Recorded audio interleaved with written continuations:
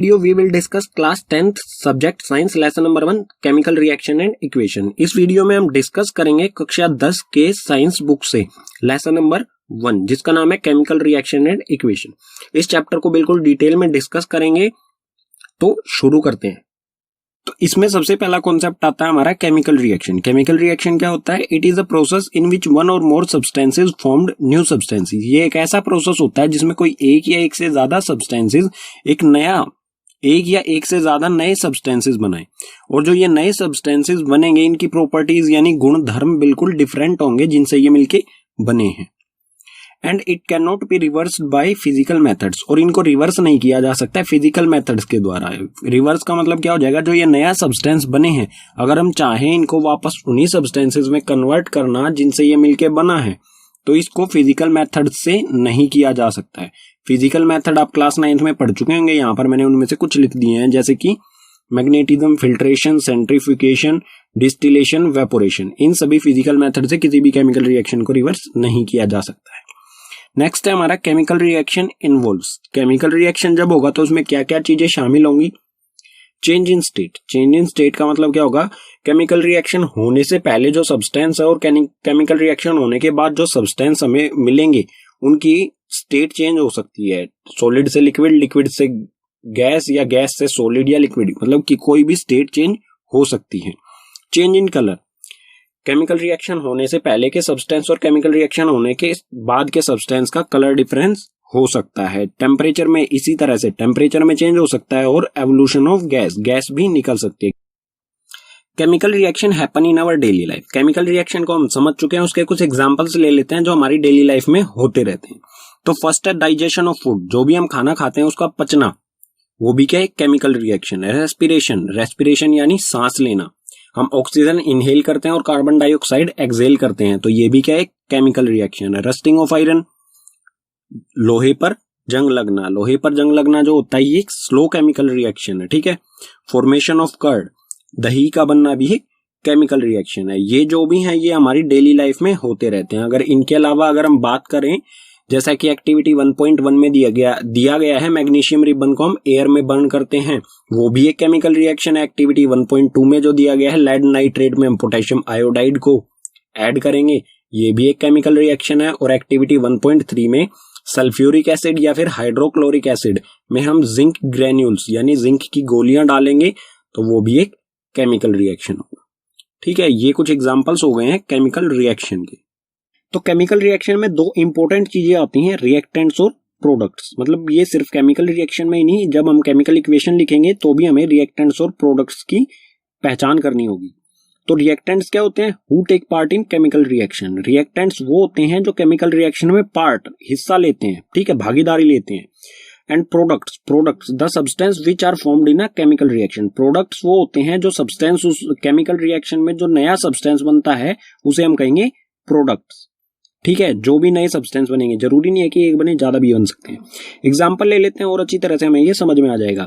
तो एग्जाम्पल है एक्टिविटी 1.1 से लिया है हमने, जब when magnesium ribbon burned in air gives us magnesium oxide. जब मैग्नीशियम रिबन को एयर में बर्न किया जाता है, एयर यानी कि ऑक्सीजन, क्योंकि ऑक्सीजन ही गैस होती है जो बर्निंग के लिए रिस्पॉन्सिबल होती है, तो एयर की जगह हम कहेंगे ऑक्सीजन। तो मैग्नीशियम रिबन को ऑक्सीजन में जब बर्न किया जाता है तो वो हमें क्या प्रोवाइड करता है? नया सब्सटेंस, मैग्नीशियम ऑक्साइड। तो यहाँ पर रिएक्टेंट्स क्या होंगे? रिएक्शन में पार्ट कौन कौन ले रहा है? यहाँ पर मैग्नीशियम रिबन है, ठीक है। तो मैग्नीशियम रिबन और ऑक्सीजन, तो ये दोनों जो होंगे ये होंगे रिएक्टेंट्स, ठीक है। और प्रोडक्ट्स क्या होंगे? प्रोडक्ट हमारा यहाँ पर सिर्फ एक ही आ रहा है, जरूरी नहीं है एक है, ज्यादा भी हो सकते हैं। मैग्नीशियम ऑक्साइड, नया सब्सटेंस बन रहा है मैग्नीशियम ऑक्साइड, तो ये हो जाएगा हमारा प्रोडक्ट, ठीक है। नेक्स्ट टॉपिक है हमारा केमिकल इक्वेशन। केमिकल इक्वेशन क्या होती है, इसे किस तरह से लिखा जाता है? अ chemical reaction can be represented by chemical equation. कोई भी केमिकल रिएक्शन होता है उसको केमिकल इक्वेशन की सहायता से दर्शाया जा सकता है, शो किया जा सकता है। It involves uses of symbol of substance of reactant and products। इसमें सिंबल्स का यूज किया जाता है। जो भी सब्सटेंस रिएक्शन करते हैं, चाहे वो रिएक्टेंट्स में हो चाहे वो प्रोडक्ट्स में हो, उनके सिंबल्स का यूज किया जाता है। और उसके साथ साथ with mention of physical state, और उनकी फिजिकल स्टेट भी मेंशन की जाती है। फिजिकल स्टेट यानी कि वो सॉलिड है, जो भी सब्सटेंस सॉलिड हो सकता है, लिक्विड, गैस या एक्वस, तो इन सब के सिंबल्स का यूज, इन सब के सिंबल्स का भी यूज किया जाता है। सॉलिड के लिए हम एस का यूज करेंगे, लिक्विड के लिए एल, गैस के लिए जी और एक्वस के लिए ए क्यू। एक्वस क्या होता है ये हम पढ़ेंगे, पहले केमिकल इक्वेशन का एग्जांपल ले लेते हैं। एग्जांपल है यहाँ पर एक्टिविटी 1.1 से, magnesium ribbon burnt in air gives us magnesium oxide. एक केमिकल रिएक्शन होता है, मैग्नीशियम रिबन को ऑक्सीजन की प्रेजेंस में बर्न किया जाता है तो वो हमें मैग्नीशियम ऑक्साइड देता है। तो इसकी केमिकल इक्वेशन किस तरह से लिखी जाएगी, यहाँ पर हम सबसे पहले ये ढूंढेंगे कि यहाँ पर रिएक्टेंट क्या है। तो रिएक्टेंट है यहाँ पर मैग्नीशियम और ऑक्सीजन। तो मैग्नीशियम का सिंबल, हमें सिंबल्स का यूज करना है, तो मैग्नीशियम का सिंबल होता है Mg और ऑक्सीजन का सिंबल होता है O2। और जो भी दो रिएक्टेंट है तो दोनों के बीच में एक प्लस का साइन लगाएंगे, ठीक है, प्लस का साइन लगाएंगे, चाहे वो दो रिएक्टेंट और दो से ज्यादा भी होंगे तो सभी के बीच में प्लस प्लस का साइन लगाएंगे। अगर प्रोडक्ट दो या दो से ज्यादा होंगे तो उनके बीच में प्लस का साइन आएगा सभी के बीच में, ठीक है। अब मैग्नीशियम और ऑक्सीजन दोनों मिलकर ये रिएक्शन में पार्ट ले रहे हैं तो प्लस का साइन लगा दिया। अब लगाएंगे हम एक एरो। एरो जो है वो रिएक्शन की डायरेक्शन को दर्शाता है, ठीक है। तो यहां पर ये रिएक्शन करेंगे और हम बनाएंगे मैग्नीशियम ऑक्साइड, ठीक है। और जो ये एरो होता है इसके टेल की तरफ होते हैं रिएक्टेंट्स और हेड की तरफ होते हैं प्रोडक्ट्स, ठीक है। तो ये हमेशा ध्यान रखना है, प्रोडक्ट हमेशा एरो के हेड की तरफ लिखा जाता है और टेल की तरफ रिएक्टेंट्स लिखे जाते हैं। तो इस तरह से ये केमिकल इक्वेशन लिखी जाएगी। लेकिन ये केमिकल इक्वेशन जो है बैलेंस नहीं है। बैलेंस किस तरह से, MgO2, यहां पर Mg में कितने एटम है, 1, यहां पर भी 1 है। ऑक्सीजन के 2 एटम्स हैं लेकिन यहां पर ऑक्सीजन का सिंगल एटम है। तो इस तरह की इक्वेशन जो बैलेंस नहीं होती है उसे स्केलेटल केमिकल इक्वेशन कहा जाता है, ठीक है। इसे बैलेंस करेंगे नेक्स्ट पेज पर।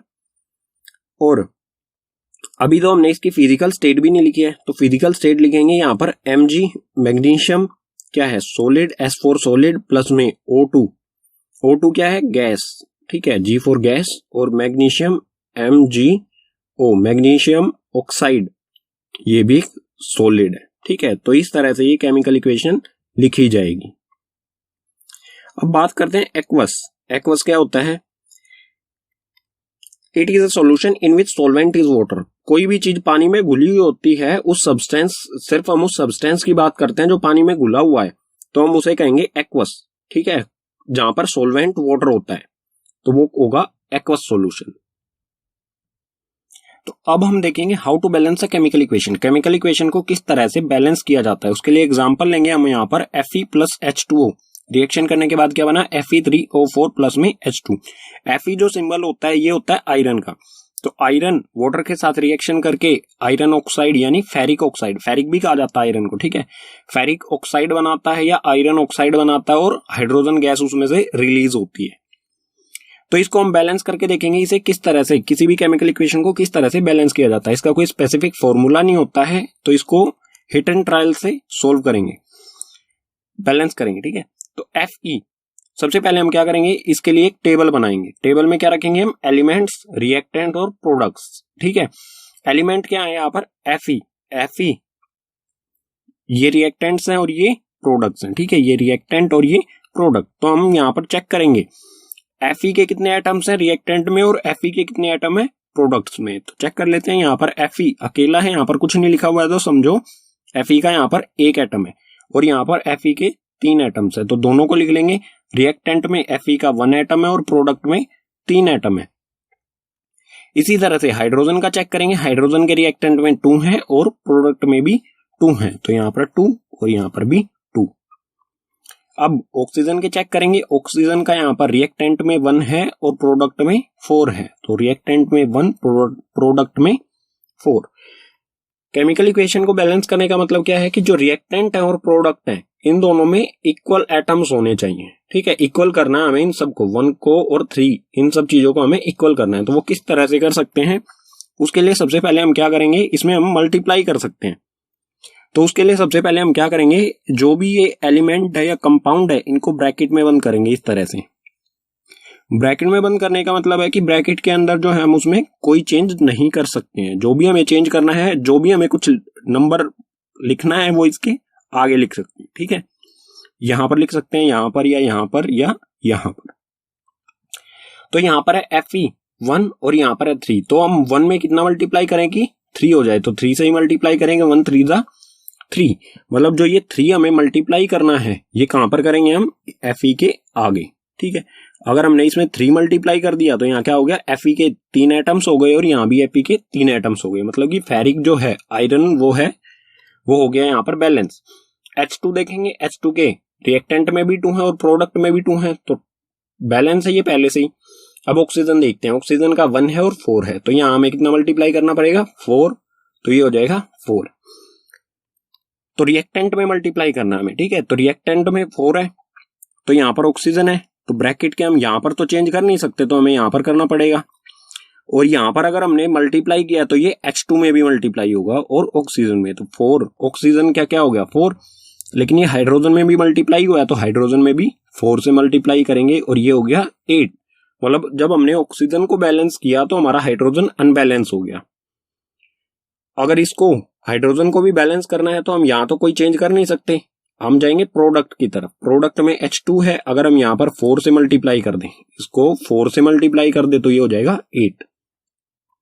तो यहां पर हमने लिख दिया है 4 4 टू द 8, ये हो गई बैलेंस इक्वेशन। अब इसको फिजिकल स्टेट, इसकी फिजिकल स्टेट के साथ इसे दोबारा लिखेंगे, ठीक है। फिजिकल स्टेट मैंने पीछे वाले पेज पर समझा ही दिया था, जैसे कि solid, S for solid, R for liquid, G for gas और AQ मींस एक्वस।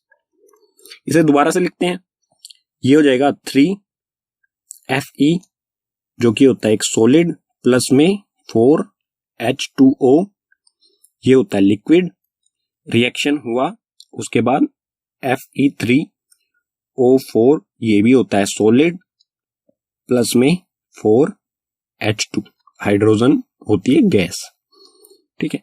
ये हो गया हमारी प्रॉपर बैलेंस केमिकल इक्वेशन, ठीक है, जिसमें सभी की फिजिकल स्टेट मेंशन होगी और सभी एटम्स दोनों साइड में, लेफ्ट हैंड साइड यानी कि रिएक्टेंट्स में और प्रोडक्ट्स में बिल्कुल इक्वल होंगे, ठीक है।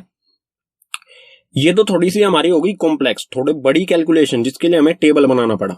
एक छोटा सा और एग्जांपल ले लेते हैं एक्टिविटी 1.1 से। मैग्नीशियम Mg प्लस O2 ये बनाता है मैग्नीशियम ऑक्साइड MgO।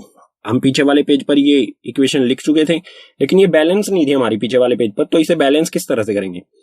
O2 यहां पर है, मतलब मैग्नीशियम तो यहां पर बैलेंस है, दोनों तरफ 1 1 है।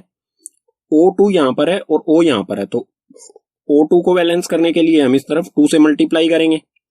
इस तरफ हमने 2 से मल्टीप्लाई किया तो ये मैग्नीशियम के भी 2 एटम हो गए और ऑक्सीजन के भी 2 एटम हो गए, मतलब दोनों के 2 2 हो गए। यहां पर सिर्फ ऑक्सीजन के हैं, मैग्नीशियम का 1 है, तो मैग्नीशियम को भी इस तरफ हम 2 से मल्टीप्लाई कर देंगे, तो ये हो जाएगा हमारा 2Mg सॉलिड प्लस में O2 गैस, उसके बाद 2MgO ये हो जाएगा सॉलिड, ठीक है। पीछे वाले जो पेज पर जो हमने इक्वेशन लिखी थी स्केलेटल केमिकल, उसको बैलेंस केमिकल इक्वेशन इस तरह से करेंगे, ठीक है।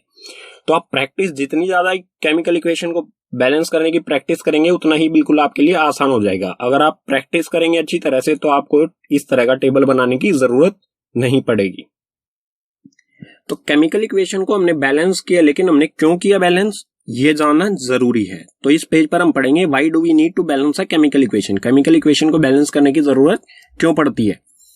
उसके लिए सबसे इंपॉर्टेंट रीजन है law of conservation of mass. ये लॉ जो आप क्लास 9th में पढ़ चुके होंगे, ये क्या कहता है, matter can neither be created nor destroyed in a chemical reaction. Matter जो होता है वो ना तो पैदा किया जा सकता है ना ही उसे डिस्ट्रॉय किया जा सकता है किसी भी केमिकल रिएक्शन में। इसका मतलब क्या होगा, जितने एटम्स रिएक्टेंट्स में उतने एटम्स ही प्रोडक्ट्स में होंगे, ठीक है। तो रिजल्ट निकलता है इससे, so number of elements involved in chemical reaction, जितने भी एलिमेंट्स केमिकल रिएक्शन में इन्वॉल्व होते हैं should remain same at reactant and product, वो बिल्कुल इक्वल होंगे रिएक्टेंट और प्रोडक्ट साइड में, ये दोनों बिल्कुल इक्वल होंगे, ठीक है।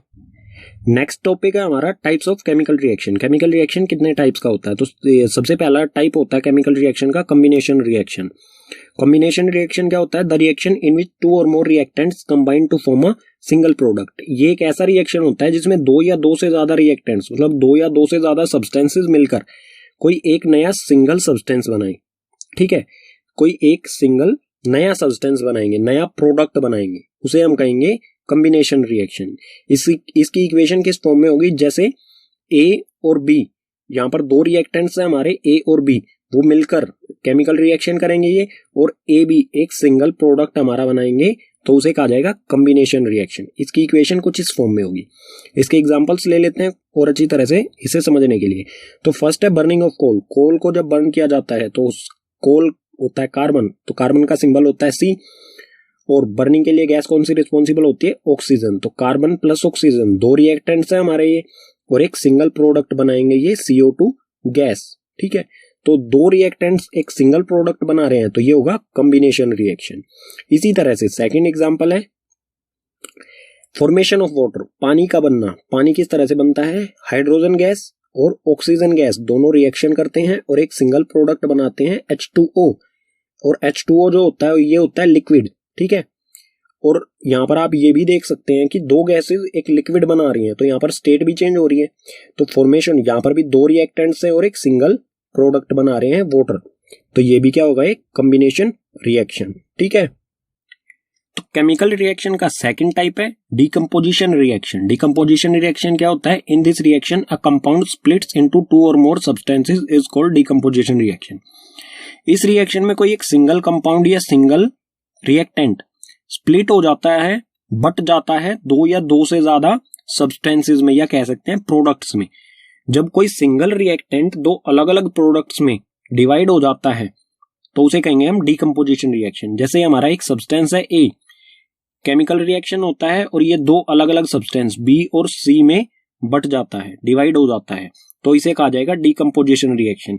और डीकंपोजिशन रिएक्शन कितने टाइप्स का होता है, 3 टाइप्स का। सबसे पहले है थर्मल डीकंपोजिशन रिएक्शन, सेकंड है इलेक्ट्रोलाइटिक डीकंपोजिशन रिएक्शन, और थर्ड है फोटोलाइसिस डीकंपोजिशन रिएक्शन। इनके बारे में डिटेल में पढ़ते हैं नेक्स्ट पेज पर विद एग्जांपल्स। तो डीकंपोजिशन रिएक्शन का फर्स्ट टाइप है हमारे सामने थर्मल डीकंपोजिशन। थर्मल डीकंपोजिशन क्या होता है, when decomposition is carried out by heating. ऐसा डीकंपोजिशन जो हीट के द्वारा कैरी किया जाता है, मतलब हीट के द्वारा उसे हम अलग अलग करते हैं। तो इसका एग्जांपल ले लेते हैं और अच्छी तरह से समझ में आ जाएगा। Calcium carbonate. कैल्शियम कार्बोनेट एक सिंगल रिएक्टेंट है। ठीक है, इसको जब हम हीट करेंगे, डीकंपोजिशन जो हीट के द्वारा किया जाए, तो कैल्शियम कार्बोनेट को जब हीट किया जाएगा तो ये दो अलग अलग प्रोडक्ट्स में डिवाइड हो जाएगा। फर्स्ट होगा कैल्शियम ऑक्साइड और सेकंड होगा CO2 कार्बन डाइऑक्साइड। दो अलग अलग प्रोडक्ट्स में डिवाइड हो जाए तो उसे कहा जाएगा थर्मल डीकंपोजिशन। ठीक है, जो हीट के द्वारा किया जाए। सेकंड है हमारे सामने electrolytic decomposition. Electro means electricity, तो इसी वर्ड से आप समझ सकते हैं when decomposition is carried out by passing electricity. जब ये डीकंपोजिशन किस तरह से होता है, इलेक्ट्रिसिटी पास करने से। ठीक है, जैसा कि एग्जांपल ले लेते हैं H2O it means water. Water में से जब हम इलेक्ट्रिक करंट पास करेंगे तो उसमें से दो गैसेस निकलती हैं, हाइड्रोजन गैस और ऑक्सीजन गैस। मतलब वाटर जो होता है वो किस में कन्वर्ट हो जाता है, हाइड्रोजन और ऑक्सीजन, दो अलग अलग प्रोडक्ट्स में कन्वर्ट हो जाता है। तो एक सिंगल प्रोडक्ट जब इलेक्ट्रिक करंट से दो अलग अलग प्रोडक्ट्स में कन्वर्ट हो जाता है तो उसे कहा जाता है इलेक्ट्रोलाइटिक डीकंपोजिशन रिएक्शन। ठीक है, डीकंपोजिशन रिएक्शन का थर्ड टाइप है फोटोलाइसिस डीकंपोजिशन। फोटोलाइसिस डीकंपोजिशन क्या होता है, when decomposition is carried out in presence of sunlight. ऐसा डीकंपोजिशन जो कि सनलाइट की वजह से होता है उसे कहा जाता है फोटोलाइसिस डीकंपोजिशन। ठीक है, इसका एग्जांपल ले लेते हैं यहाँ पर सिल्वर क्लोराइड। Ag सिल्वर का सिंबल होता है, तो सिल्वर क्लोराइड को जब हम सनलाइट में रखेंगे तो वो क्या हो जाएगा, किस में कन्वर्ट हो जाएगा, सिल्वर और क्लोरीन दोनों अलग अलग हो जाएंगे। तो यहाँ पर क्या हो रहा है, एक सिंगल कंपाउंड को हम जब सनलाइट में रखेंगे तो वो दो अलग अलग एलिमेंट्स में डिवाइड हो जाता है, तो उसे कहा जाता है फोटोलाइसिस डीकंपोजिशन, जो सनलाइट की वजह से होता है। ठीक है, इसका यूज कहां पर किया जाता है, तो ये रिएक्शन किया है हमने, इसका यूज कहां पर किया जाता है, above reaction is used in black and white photography. जो सिल्वर क्लोराइड को सनलाइट में पुट करके सिल्वर और क्लोरीन में डिवाइड किया जाता है, इसका use black and white photography में यूज होता है। ठीक है, ये इंपॉर्टेंट है, ये कई बार एग्जाम में पूछा जा चुका है। केमिकल रिएक्शन का थर्ड टाइप है डिस्प्लेसमेंट रिएक्शन। ये क्या होता है? The reaction in which more reactive element displaces less reactive element from its solution. इसमें कोई ज्यादा रिएक्टिव एलिमेंट कम रिएक्टिव एलिमेंट को डिस्प्लेस कर देता है, हटा देता है उसी के सॉल्यूशन में से। लेस रिएक्टिव एलिमेंट के सॉल्यूशन में से लेस रिएक्टिव एलिमेंट को ही हटा देता है, उसे कहा जाता है डिस्प्लेसमेंट रिएक्शन। एग्जांपल ले लेते हैं इसका यहाँ पर Fe, it means iron, iron plus CuSO4 copper sulphate. Reaction होने के बाद क्या बन जाएगा? ये आयरन सल्फेट प्लस में Cu। तो इस रिएक्शन में क्या हुआ? कॉपर सल्फेट का सॉल्यूशन है, इसमें एलिमेंट है कॉपर और कॉपर सल्फेट का सॉल्यूशन है आयरन। जब इसमें डाला जाएगा, आयरन को इसके साथ रिएक्शन कराया जाएगा तो ये क्या करेगा? कॉपर को ही अलग कर देगा, ठीक है, क्योंकि आयरन जो है वो ज्यादा रिएक्टिव होता है कॉपर से, तो ये आयरन है कॉपर को अलग कर देगा इसी के सॉल्यूशन में से। तो यहाँ पर क्या हो जाएगा? FeSO4, मतलब यहाँ पर जो Cu था उसको इसने अलग कर दिया, Fe ने अलग कर दिया इसी के सॉल्यूशन में से, तो FeSO4 बना और Cu बिल्कुल अलग हो जाएगा, ठीक है। तो इस तरह के रिएक्शन को कहा जाएगा डिस्प्लेसमेंट रिएक्शन, जब कोई high reactive element less reactive element को डिस्प्लेस कर देता है उसी के सॉल्यूशन में से। इसको और अच्छी तरह से एक्सप्लेन कर देता हूं क्योंकि यह अक्सर एग्जाम में आपसे पूछा जाता है। तो एक टेस्ट ट्यूब लेंगे, एक्सपेरिमेंट है ये, ठीक है, टेस्ट ट्यूब है, टेस्ट ट्यूब में कॉपर सल्फेट सॉल्यूशन लेंगे, ठीक है, ये टेस्ट ट्यूब A है, इसमें कॉपर सल्फेट सॉल्यूशन लिया। कॉपर सल्फेट सॉल्यूशन जो है वो ब्लू कलर का होता है। जब इसमें एक आयरन नेल, ये एक आयरन नेल है, आयरन नेल को जब हम इसमें टेस्ट ट्यूब A में डालेंगे तो ये इसका कलर ग्रीनिश हो जाएगा, ठीक है। जब इसमें डालेंगे तो इसका कलर इस तरह का चेंज हो जाएगा, जो कि सेकंड टेस्ट ट्यूब आपको दिख रही है, इस तरह का ये कलर हो जाएगा।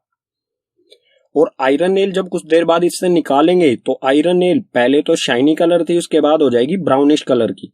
ये क्यों हो गई? क्योंकि इस पर जो है सल्फेट सॉल्यूशन, क्योंकि इस पर सल्फेट का लेयर आ जाती है आयरन नेल के ऊपर। और ये ग्रीन कलर क्यों हो जाता है? क्योंकि ये सिर्फ इसमें कॉपर बचता है, जो भी सल्फेट होता है वो आयरन नेल पर चला जाता है, ठीक है, इस वजह से इसका कलर ग्रीन हो जाता है। आपसे क्वेश्चन कई बार एग्जाम में इस तरह का क्वेश्चन पूछा गया है। तो कॉपर सल्फेट के सॉल्यूशन में जब आयरन नेल को डाला जाता है तो वो ग्रीन कलर का हो जाता है। क्यों होता है? क्योंकि उसमें आयरन जो है क्योंकि वो आयरन कॉपर सल्फेट सॉल्यूशन में से कॉपर को डिस्प्लेस कर देता है, ठीक है। केमिकल रिएक्शन का फोर्थ टाइप है डबल डिस्प्लेसमेंट रिएक्शन। ये क्या होता है? A reaction in which new compounds are formed by mutual exchanges of ions between two compounds। इसमें ions का exchange होता है। ऐसा रिएक्शन जिसमें ions के exchange होने से नए compounds बने, ठीक है, उसे कहेंगे हम डबल डिस्प्लेसमेंट रिएक्शन। इसका एग्जांपल ले लेते हैं, आप और अच्छी तरह से समझ जाएंगे। Na2SO4 यानी कि सोडियम सल्फेट, मैंने इसका यहाँ पर नीचे लिख दिया है नाम सभी के, सोडियम सल्फेट प्लस में बैरियम क्लोराइड, ठीक है, सोडियम सल्फेट और बैरियम क्लोराइड दोनों रिएक्शन करेंगे तो क्या बनेगा? BaSO4, बैरियम सल्फेट और NaCl, सोडियम क्लोराइड। तो इस रिएक्शन में आप देख सकते हैं कि सोडियम सल्फेट जो है वो सोडियम के साथ है, लेकिन आगे देखेंगे तो सल्फेट किसके साथ आ जाएगा? बैरियम के साथ हो जाएगा, बैरियम सल्फेट, ठीक है। और उसके बाद बैरियम क्लोराइड है यहाँ पर, तो रिएक्शन होने के बाद क्या हो गया? Sodium chloride. मतलब क्या हुआ? इसमें जो ये सोडियम है ये क्लोराइड के साथ जुड़ जाता है और ये सल्फेट जो है ये बैरियम के साथ जुड़ जाता है। तो इसमें क्या हुआ? आयंस का एक्सचेंज हुआ है, किन के बीच में?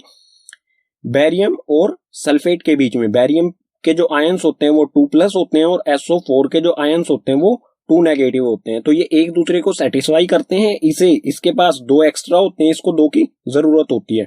तो ये दोनों मिलकर BaSO4 बनाते हैं, ठीक है, बैरियम सल्फेट, जहां पर आयंस का एक्सचेंज होने से 2 नए कंपाउंड्स बनते हैं, ठीक है, आयंस का एक्सचेंज होने से नए कंपाउंड्स बनते हैं, उसे कहा जाता है डबल डिस्प्लेसमेंट रिएक्शन। और उसमें बुक में हमारी एक स्पेशल टर्म आती है प्रिसिपेट। ये क्या होता है? It is an insoluble solid that emerges from a liquid solution. ये एक इनसोल्यूबल सॉलिड होता है। प्रिसिपेट जो है एक इनसोल्यूबल सॉलिड होता है जो कि लिक्विड में, केमिकल रिएक्शन के दौरान लिक्विड में ही बनता है, उसे कहा जाता है प्रिसिपेट, ठीक है। केमिकल रिएक्शन का फिफ्थ टाइप है ऑक्सीडेशन एंड रिडक्शन। तो ऑक्सीडेशन क्या होता है? The addition of oxygen to a substance. किसी सब्सटेंस से ऑक्सीजन जुड़ जाए तो होगा ऑक्सीडेशन। और क्या होगा? The removal of hydrogen from a substance, या फिर उसमें से हाइड्रोजन हट जाए तो भी ऑक्सीडेशन। यानी कि ऑक्सीजन का जुड़ना या फिर हाइड्रोजन का हटना, दोनों क्या होंगे, ऑक्सीडेशन होंगे। ठीक है, इसी तरह से रिडक्शन, रिडक्शन जो होता है ऑक्सीडेशन का बिल्कुल अपोजिट होता है। इसमें क्या होता है, the addition of hydrogen to a substance and the removal of oxygen from a substance. इसमें ऑक्सीडेशन का बिल्कुल अपोजिट होता है, इसमें हाइड्रोजन का जुड़ना रिडक्शन होगा या फिर ऑक्सीजन का हटना रिडक्शन। किसी सब्सटेंस में हाइड्रोजन जुड़ जाए या ऑक्सीजन हट जाए, दोनों कंडीशन में क्या होगा, रिडक्शन।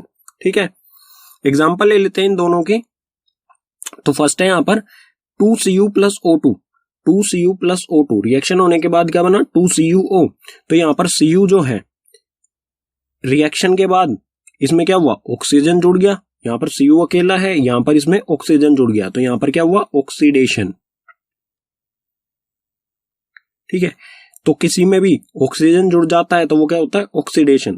ठीक है, अगला एग्जांपल भी देख लेते हैं। इसमें क्या है, CuO, ऑक्सीजन इसके साथ है। ठीक है, ये हाइड्रोजन के साथ रिएक्शन करता है, CuO हाइड्रोजन के साथ रिएक्शन करके क्या बनेगा, Cu प्लस H2O। मतलब यहां पर जो ऑक्सीजन इसके साथ था, रिएक्शन होने के बाद क्या हुआ, ऑक्सीजन इसमें से हट गया, तो ऑक्सीजन का हटना क्या होता है, रिडक्शन। तो Cu का तो यहां पर रिडक्शन हो गया, लेकिन यहां पर क्या है, H2 हाइड्रोजन, और रिएक्शन होने के बाद क्या हो गया, H2O। तो यहां पर H में ऑक्सीजन जुड़ गया, तो H2 का क्या हो गया, ऑक्सीडेशन। तो कोई ऐसा केमिकल रिएक्शन जिसमें रिडक्शन और ऑक्सीडेशन दोनों हो रहे हो, तो उसे कहा जाता है रेडॉक्स रिएक्शन, रेडॉक्स रिएक्शन। अब है effects of oxidation in daily life. हमारी डेली लाइफ में ऑक्सीडेशन के क्या प्रभाव पड़ते हैं। तो सबसे पहला कोरोजन। कोरोजन क्या होता है, when a metal is exposed to substance such as moisture, air, water, acid etcetera for some time. कोई मेटल मॉइस्चर यानी कि नमी, एयर, वाटर, एसिड, इन सब चीजों के संपर्क में आता है कुछ समय तक, तो a layer of oxide is formed which weakens the metal, hence metal is said to be corroded. तो इसके ऊपर एक लेयर बन जाती है, ऑक्साइड की एक लेयर बन जाती है जो कि मेटल को कमजोर कर देती है, वीकन्स कर देती है मतलब कमजोर कर देती है, और जब ये मेटल को कमजोर कर देती है तो उसे कहा जाता है कोरोड। ठीक है, इसका एग्जांपल लेंगे, एग्जांपल से आप बिल्कुल अच्छी तरह से समझ जाएंगे। एग्जांपल है रस्टिंग ऑफ आयरन, आयरन पर जंग लगना। आयरन मीन्स लोहा, लोहा जब एयर या वाटर के कांटेक्ट में आता है तो इस पर क्या होता है, एक ब्राउन लेयर बनने लग जाती है, ऑक्साइड लेयर होती है। ठीक है, ऊपर से ब्राउनिश होने लग जाता है सरफेस, जो ऑक्साइड लेयर होती है, और वो आयरन को कमजोर कर देती है। इसी तरह की कोटिंग जो सिल्वर पर लेयर बनने लग जाती है, सिल्वर पर ब्लैक लेयर बनने लग जाती है। ठीक है, और इसी तरह से कॉपर जो होता है उस पर ग्रीन कोटिंग हो जाती है। ये सभी क्या है, कोरोजन। इन सब का क्या हो रहा है, कोरोड। ठीक है, और कोरोजन से अगर हमें किसी मेटल को बचाना है तो हमें क्या करना पड़ेगा, पेंटिंग, उस पर हमें पेंट अप्लाई करना होगा या फिर ग्रीसिंग।